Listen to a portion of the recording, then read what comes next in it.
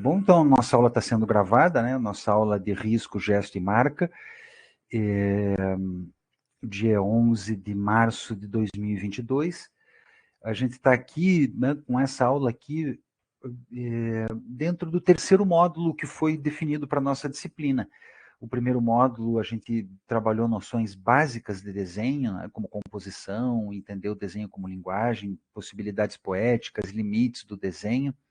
O segundo módulo, a gente procurou trabalhar um pouco a representação espacial, estudamos algumas coisas de perspectivas, e esse terceiro módulo ele vai entrar dentro ele entrou, né? Ele entra dentro dessa possibilidade, né? Dessa perspectiva que foi aberta com essa disciplina a partir da mudança do currículo, que é recente, e que propôs uma disciplina que nem recebe o nome de desenho, apesar de ser da área de desenho, ela nem recebe o nome de desenho, né, mas sim o nome de risco, gesto e marca, que é precisamente para enfatizar as diversas possibilidades que a gente pode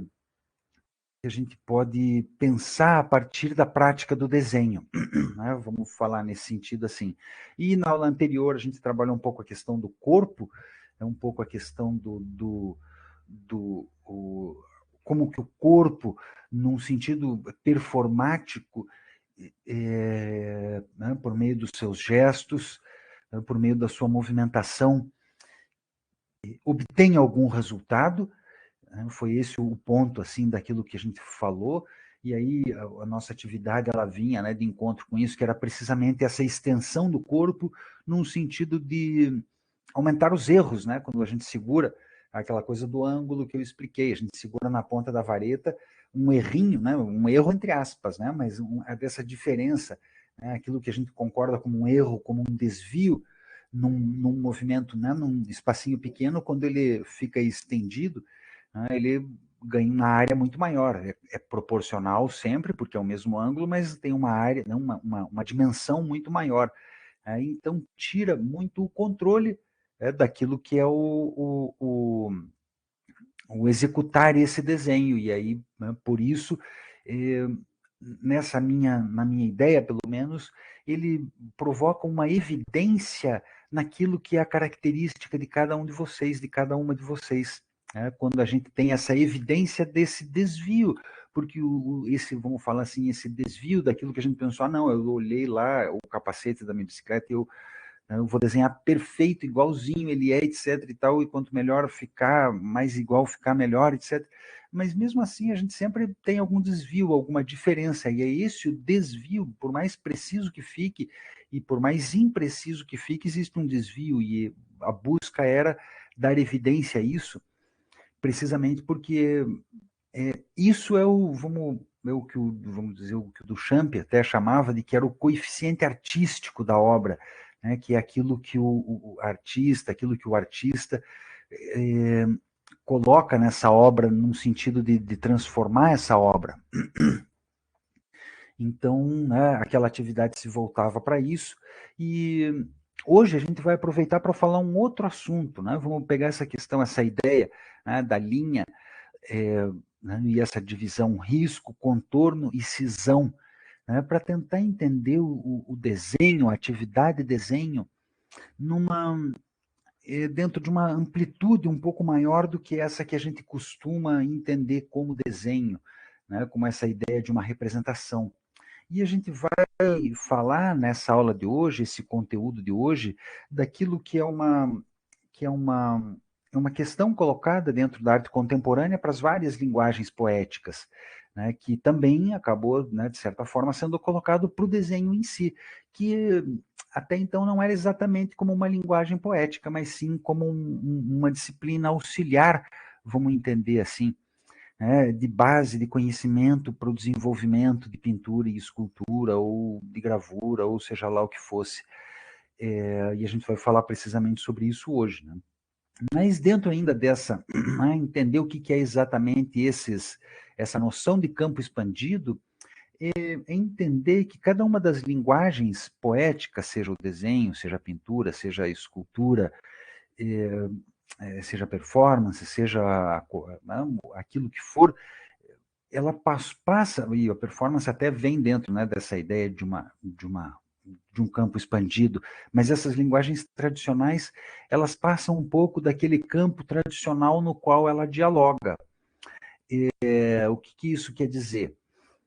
Na pintura, por exemplo, é quando a pintura ela começa a ir além do óleo sobre tela, começa a entrar colagem, começa a entrar uma anexação de materiais, começa a entrar um uso de uma tridimensionalidade maior do que simplesmente a textura da imagem. Né? Então, é o uso de outras linguagens, de outras possibilidades, de outras disciplinas que passam a ser incorporadas dentro de uma determinada linguagem, né? Que é um pouco isso que a gente vai ver o desenho, vamos pensar assim, o desenho num sentido puro essa ideia de uma linha colocada sobre um papel, né? Um risco feito sobre o papel, e essa ideia do campo expandido precisamente é uma possibilidade do desenho incorporar conceitos, incorporar ideias que são pertinentes às outras linguagens artísticas e a outras possibilidades mais. Né? Então, vamos dizer assim, essa frase aqui, o campo expandido ilustra as potencialidades interdisciplinares do desenho e sua capacidade de incorporar linguagens de outros domínios artísticos. Então, é um pouco isso, assim, é o desenho transitando entre uma pluralidade de linguagens e a gente incorporar possibilidades distintas dentro desse nosso desenhar. E refletir, refletir em que medida aquilo que a gente está fazendo é desenho e em que medida a gente incorpora práticas de outras linguagens e o quanto a gente dialoga com essas outras linguagens. É um pouco essa questão do campo expandido, ou seja, é o desenho que vai além simplesmente do desenho. E a gente vai, né, ver um pouco isso aí. Vamos entender inicialmente que o desenho, enquanto prática qualquer, é uma, né, enquanto prática, enquanto atividade, enquanto, né, essa representação, esse elemento gráfico colocado sobre um papel, ele é um domínio que é pertinente a uma multiplicidade, uma pluralidade de práticas profissionais. Não é só a gente que usa, a paleontologia usa, não, o desenho aí de animais, a biologia, quando vai fazer o desenho, as ilustrações científicas, mesmo a física, que vai desenhar gráficos, a matemática, que faz uso de desenhos, né, a aritmética, e a gente vai listar, né, aposto que a gente vai poder pegar pesquisas científicas das mais diversas áreas e vai encontrar ali desenhos, né, que são usados, esquemas que são usados para explicar alguma ideia que está sendo colocada ali por escrito. E é claro, evidentemente, que o desenho na contemporaneidade, né, aproveitou os artistas nessa contemporaneidade aproveitaram esse diálogo e muitas vezes fazem uso precisamente dessas linguagens diferentes, né, dessas possibilidades distintas às quais que foram exploradas por outras ciências. Então, entender que o desenho é uma coisa ampla. A gente vai ter uma outra questão, que uma tendência à desmaterialização da obra de arte, não só essa ideia do campo expandido, né, que vai acontecer assim, principalmente entre anos 60 e anos 70, né, que se formula um pouco essa noção de um campo expandido na escultura, na pintura, né, e tudo isso faz parte aí de cada uma das linguagens, e o desenho também entra com isso. E uma outra questão que é colocada nesse momento, que era a desmaterialização da obra de arte. Para dar um exemplo, teve lá um artista lá nos Estados Unidos, que pegou um cilindro de gás hélio, foi lá no deserto não sei das quantas, né, ele lá sozinho, ou mais algum amigo, um conhecido, pegou uma câmera lá, filmou, botou a câmera num tripé, etc., né, montou lá o cilindro cheio de gás hélio, abriu o gás hélio, fotografou e filmou não sei quando, aí o nome da obra era X metros cúbicos de gás hélio libertados na atmosfera.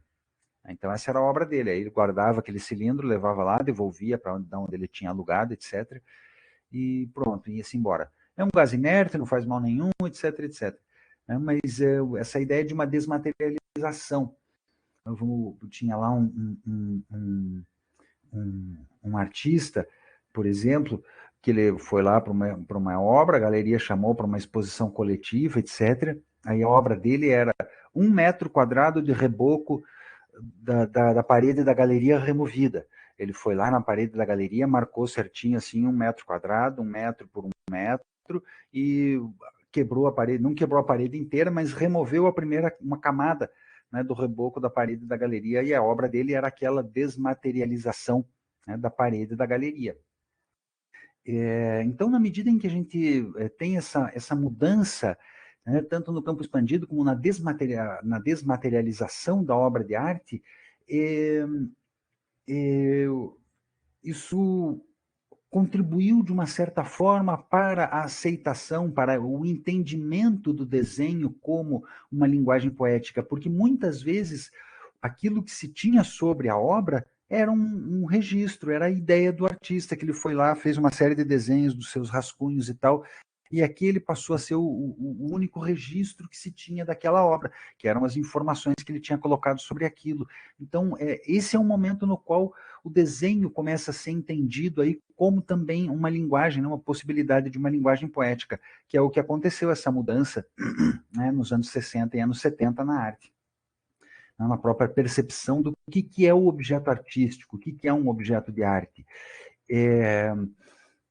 Entender que a gente tinha, né, precisamente isso que eu estou falando, desses trabalhos que registravam uma ação, né, ou que registravam um pensamento, e, né, como eu comentei lá, eu fui lá, daí o artista descrevia, fui lá e lá no deserto, não sei das quantas, assim, assim, assado, e liberei lá o gás, etc, etc, etc.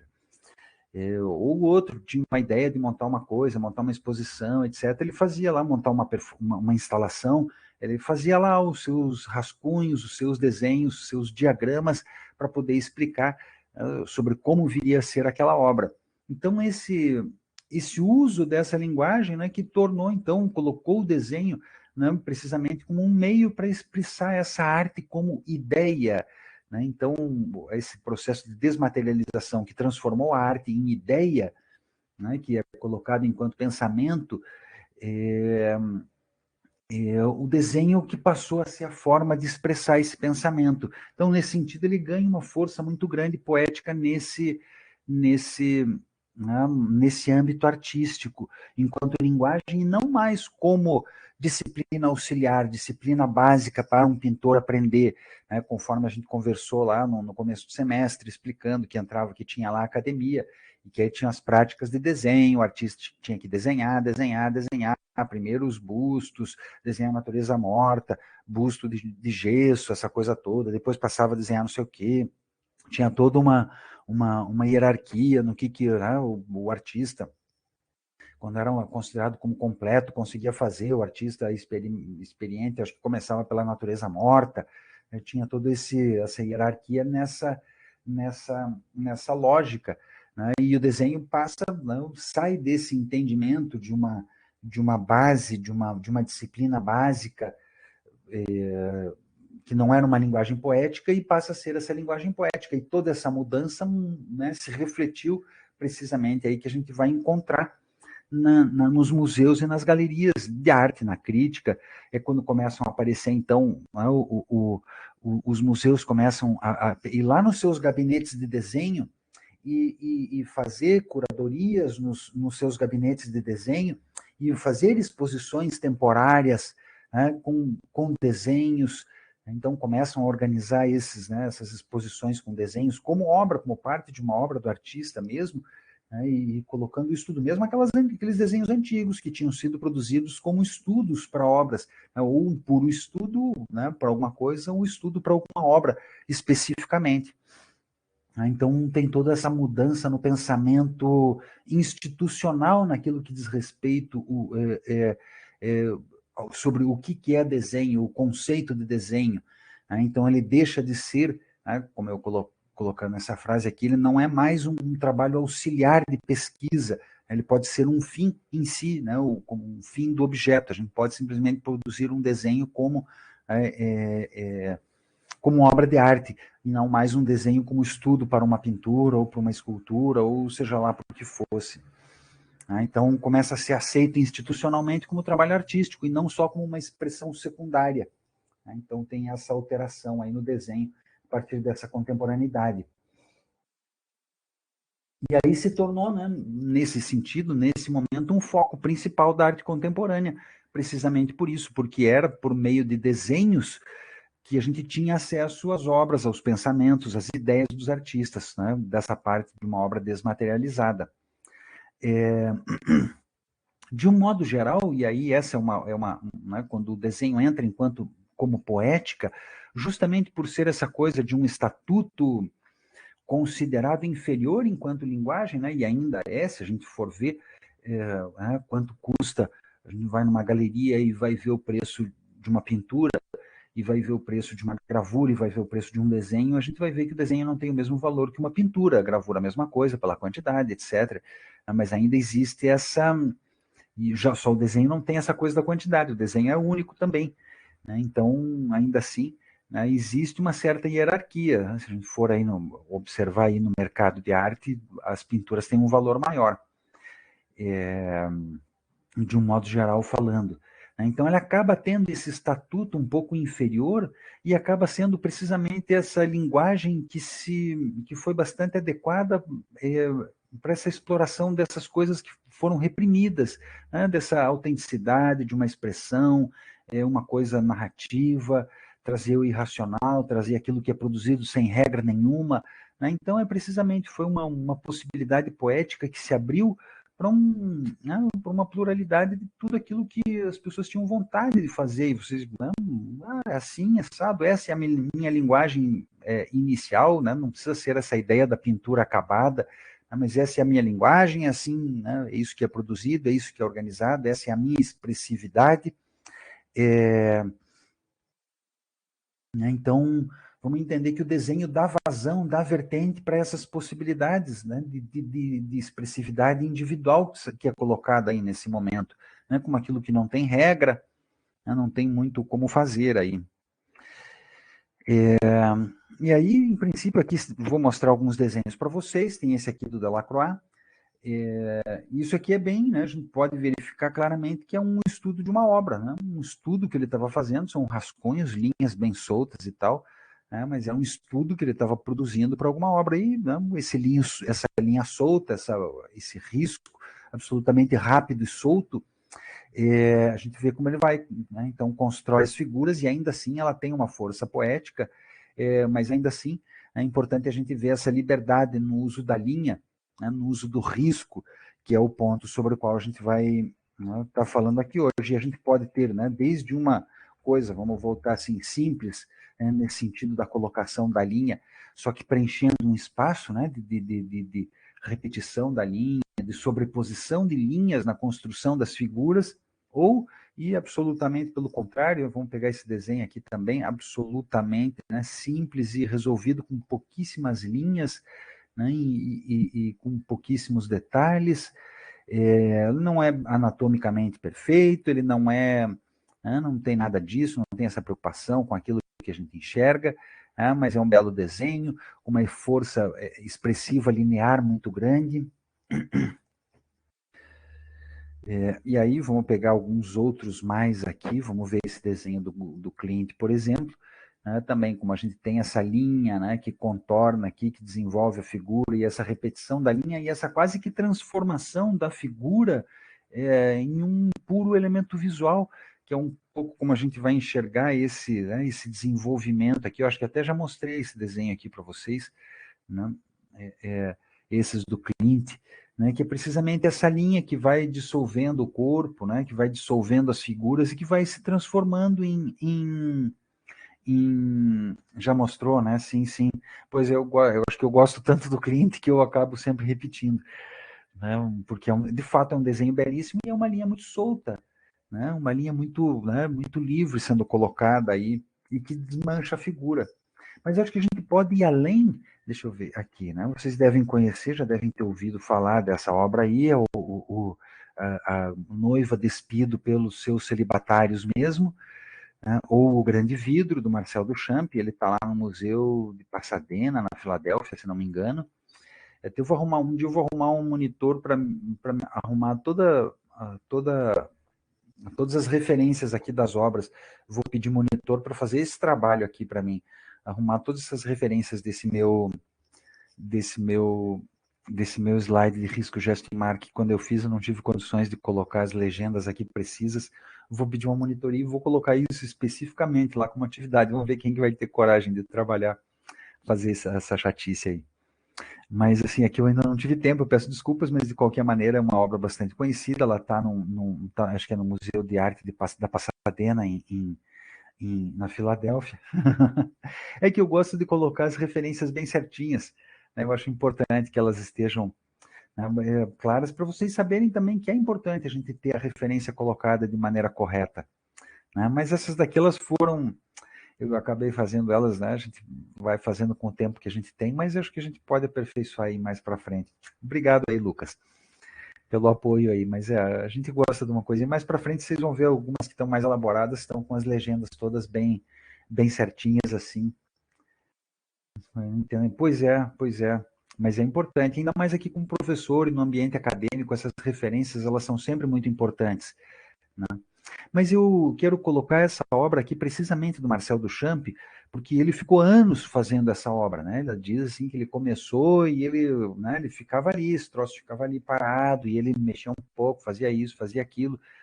E numa determinada ocasião em que essa obra estava sendo transportada, ele trincou o vidro, né? Vocês podem observar aqui, eu acho que a gente consegue aproximar, e quem, né, não conhece ainda pode procurar ela com mais qualidade, mas dá para a gente ver aqui o vidro todo trincado.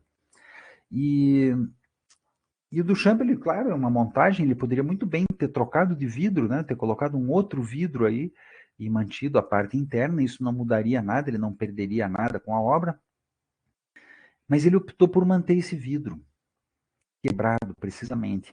E eu acho que aí é uma questão para a gente pensar em que sentido essa obra também, em certo sentido, é uma forma de desenho.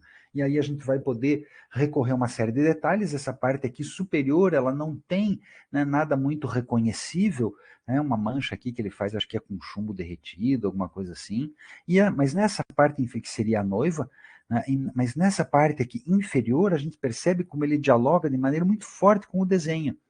Essa máquina aqui à direita é um moedor de café, é desenhado em perspectiva, a gente observar aqui com clareza. A gente tem aqui outros elementos também mecânicos colocados em perspectiva. Aqui na parte superior, igualmente, uns elementos colocados em perspectiva.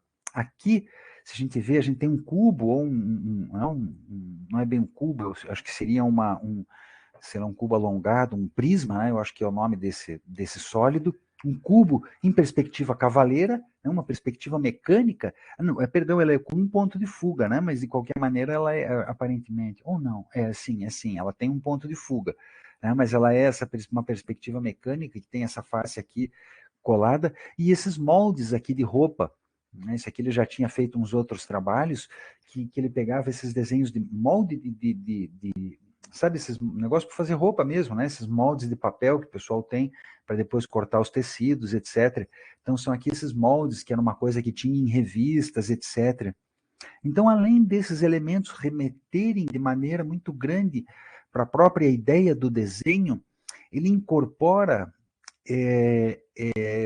esse quebrado, essas linhas, esses riscos, né, que essa trinca acaba fazendo, ele incorpora isso como parte da obra. Né? Então, em certo sentido, eu acho que o grande vidro é um ótimo exemplo para a gente falar do desenho no campo expandido, para a gente entender, né, em que mesmo que ainda não tivesse havido né, não havia ainda esse conceito de campo expandido, isso é uma escultura, em princípio, né, um objeto escultórico que a gente circula em torno dele, né, mas, por outro lado, também a gente pode entender, né, elementos aí como elementos do desenho e também entender isso, né, um objeto a posteriori, né, a posterior da existência dele, como algo como que se também fosse, né, um desenho no campo expandido. E notem que uma coisa não exclui a outra. Quando eu digo que ele também é um desenho no campo expandido, não quer dizer que ele deixe de ser uma escultura ou, né, uma instalação ou o que quer que seja, né, como a gente venha a classificar, a catalogar esse objeto. Aqui tem essa outra obra, não, o artista, o Lúcio Fontana, que desenvolveu também isso, essa desmaterialização do desenho. Ele era um artista italiano que se radicou aqui no Brasil e ele rasgava as telas, né? Ele cortava as telas. O que a gente tem aqui é um corte. Ele vinha com uma faca, tinha lá a tela e cortava. Ou seja, o nosso risco, a nossa linha é um espaço de ar. Não é sólida, ela não existe de fato a linha em si. Não, aquilo que faz a linha é, claro que existe, porque é o ar, é oxigênio, é a atmosfera em si, né? Mas vamos pensar assim, é esse espaço vazio, é esse vazio que fica a partir daquilo que é cortado na tela. E a gente vai muito mais longe, ele até faz essas ações aí de perfurações da tela com furos diferentes, com pontos diferentes, né, com dimensões distintas, com profundidades, por sua vez, distintas.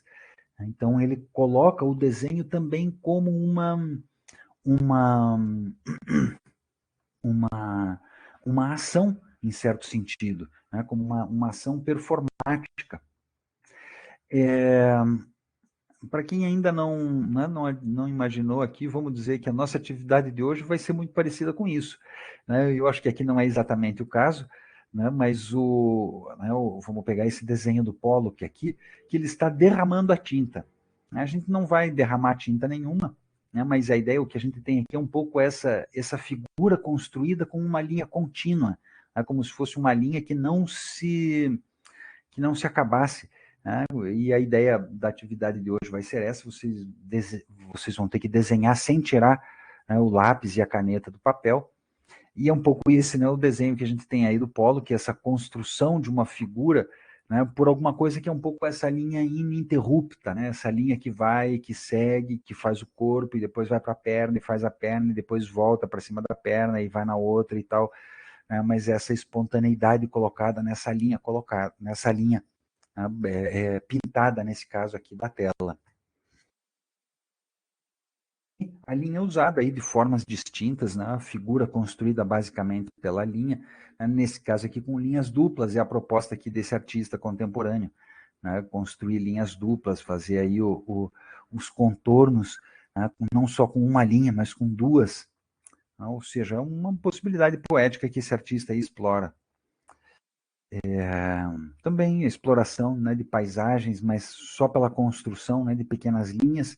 E vamos ver como esse artista, ele basicamente, ele vai transformando as paisagens praticamente em texturas, né? São linhas abertas, elas não se fecham entre si, é diferente da nossa proposta de hoje, é o oposto da nossa proposta de hoje, né? Aí são várias linhas que não se encostam, né? Mas essas linhas que não se encostam constroem, no caso, né, nesse caso aqui, são essas paisagens que ele opta por fazer. Esse outro aqui que trabalha muito com essa questão da linha. Esse outro artista aqui também, um artista gráfico muito forte, que eu acho que eu já mostrei também alguns desenhos desse artista, que ele explora esse contorno da figura, né? Ele tem um determinado contorno que estabelece o que é uma figura, e a parte interna de preenchimento ele constrói, então, com outras linhas, com outras texturas, com outro elemento que não é exatamente esse elemento externo que ele representa, né? Alguma textura, às vezes até existente, às vezes não. Aqui, ó, essa aqui ela é até existente, a gente vê que tem, né, elementos aqui vegetais, mas fundamentalmente aqui, né? Se calhar aqui isso até é coisa de fotografia que ele usa, né, eventualmente, para compor essa textura interna. E essa também é muito peculiar, bastante interessante, né, essa organização dessas figuras e dessa textura por meio de linhas, fundamentalmente.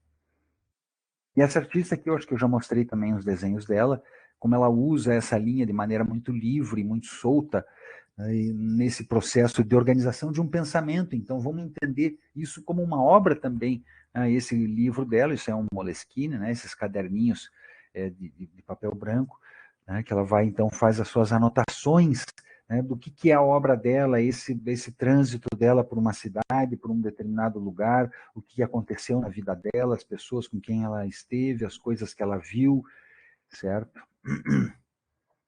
a gente também pode pensar essa ideia do campo expandido, né, colocar dentro dessa ideia do campo expandido do desenho as obras do Leonilson. Né, eu não sei quem, né, quem já ouviu falar dele, é um artista brasileiro que já faleceu, faleceu relativamente novo, né, bastante novo, mas ele trabalhava muito com esses bordados.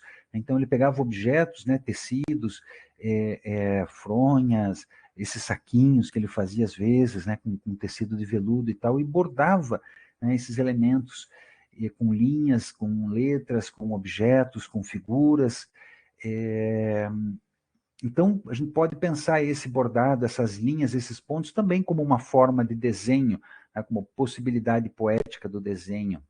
Essa outra artista contemporânea também, Jung Park, isso aí é desenho, são linhas, né, que ela costura, que ela borda num tecido.